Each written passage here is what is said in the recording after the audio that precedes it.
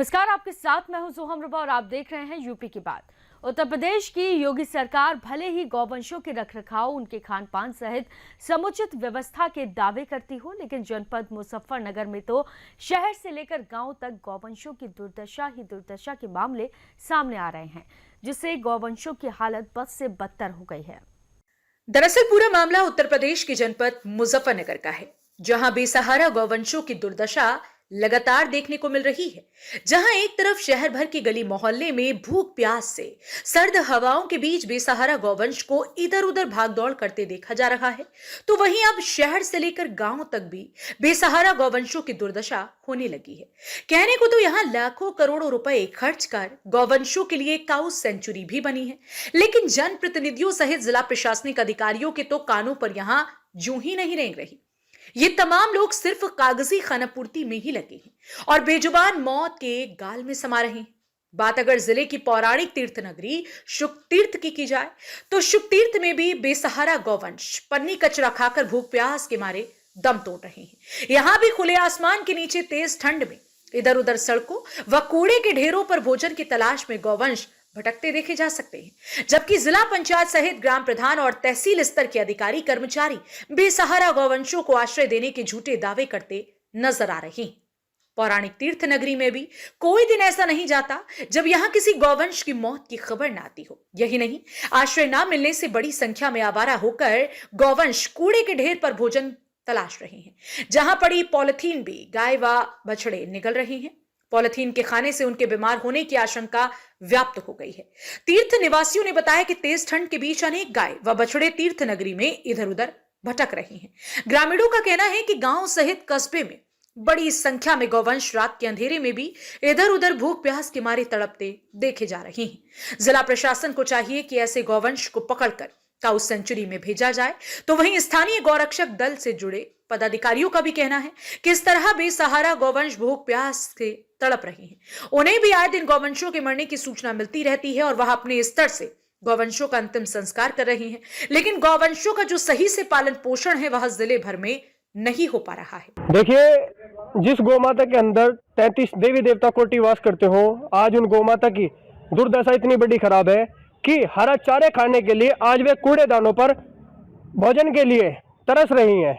और हमारी सरकार से विनती है कि गौ माता सड़क पर घूम रहे निराश्रित गौवंशों को गौशाला में आश्रय दिलाया जाए और गौ माता का अंतिम संस्कार हिंदू रीतिवादी के साथ किया जाए।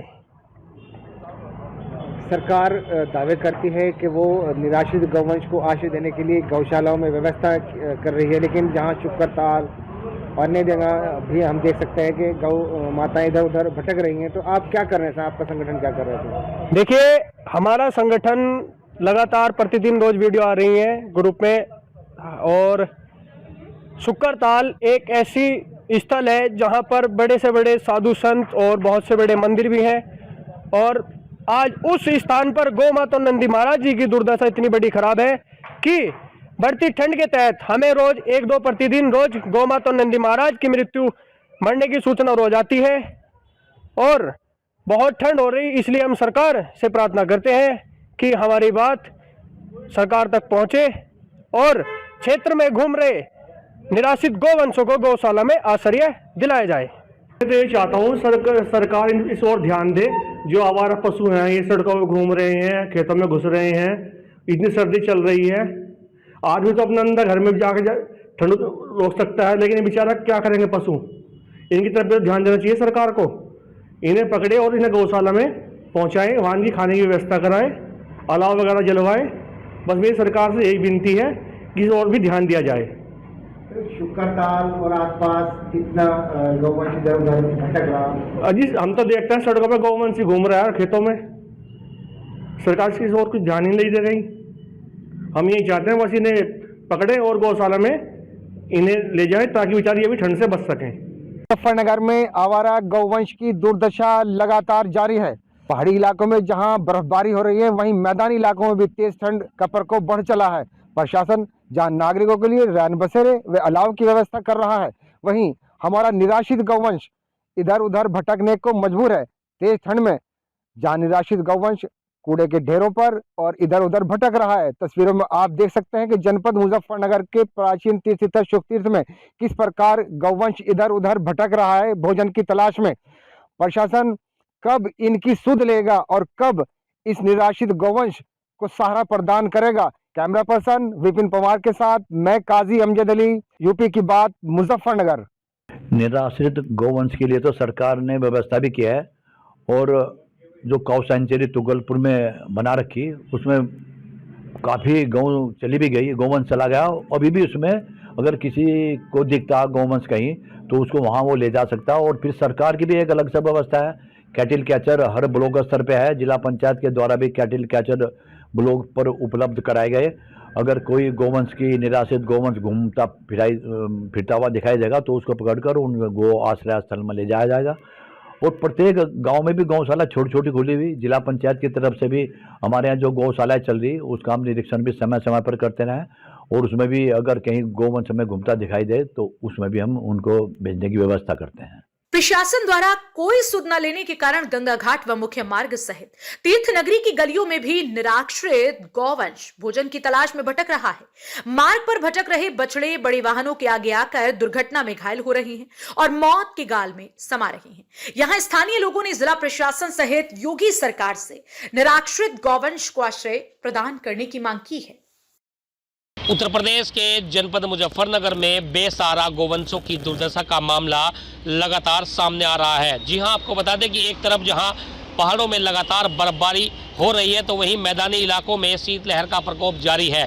बात अगर जनपद मुजफ्फरनगर की जाए तो यहां मुजफ्फरनगर में जिला प्रशासनिक अधिकारी बेसहारा लोगों को रैन बसेरों सहित आश्रय स्थलों में पहुँचा रहे हैं, लेकिन बेसहारा गौवंशों की तरफ जिला प्रशासनिक अधिकारियों की नींद टूट नहीं रही है। यहां गांव से लेकर शहरी इलाकों में लगातार बेसहारा गौवंश आज भी खुले आसमान के नीचे भूख प्यास के मारे दम तोड़ रहे हैं। पूरा मामला जनपद मुजफ्फरनगर के पौराणिक स्थल शुक्रतीर्थ से जुड़ा है, जहां आज भी दर्जनों से अधिक गौवंश भूख प्यास के मारे जहां तड़प रहे हैं तो वहीं पन्नी कचरा खाने को भी मजबूर हैं।